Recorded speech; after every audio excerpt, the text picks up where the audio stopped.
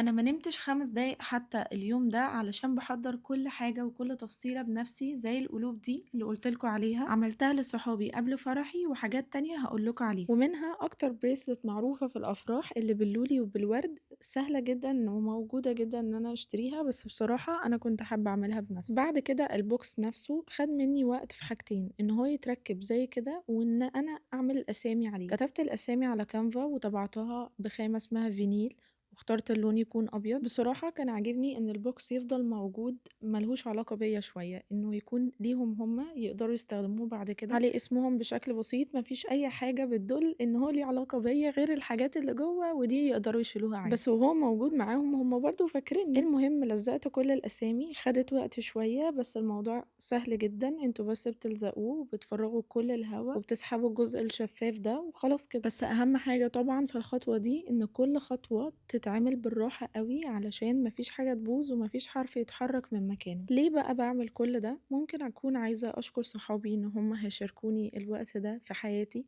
أو ممكن عايزة أقضي معاهم وقت حلو قبل فرحي، لكن مفيش حاجة أكتر من كده، كلها حاجات بسيطة جدا ورمزية جدا مش بتعبر عن حاجة غير إن احنا نشارك بعض أو نتبسط شوية. لو انتوا تقدروا تعملوا ده أو تعملوا أكتر منه اعملوه، لو مش تقدروا تعملوا خالص فده العادي أصلا، وزمان من غير السوشيال ميديا وبنترست والأفكار دي كلها ما كانش حد بيعمل ده، فما تضغطوش نفسكم واتبسطوا بكل وأقل حاجة. المهم كملت وفي حاجتين بيعجبوني، وأول حاجة guess the dress card وده طبعته ودي كل توقعاتهم، كنت حابة أعرف متخيلين شكل الفستان ازاي، واللي كانت شافته كانت بتحاول تكذب في الرسمة. وتاني كارد ان هما يسيبولي مسج او نصيحة، وبصراحة بقراهم كل شوية. بدأت ارتب البوكس بكل الحاجات اللي قلتلكوا عليها، وكمان حطيت شمعة صغيرة كده على شكل قلب. بعد كده طبعت صورة مع كل واحدة من صحابي ولزقتها في البوكس اول ما يفتحوا يلاقوها، وجنبها المشبك الصغير خالص ده علشان بسيب فيه مسج لكل واحدة غير التانية. وكمان حطيت مراية صغيرة، ما كانش قصدي تبقى صغيرة كده بس تمام، وفوم كلاي علشان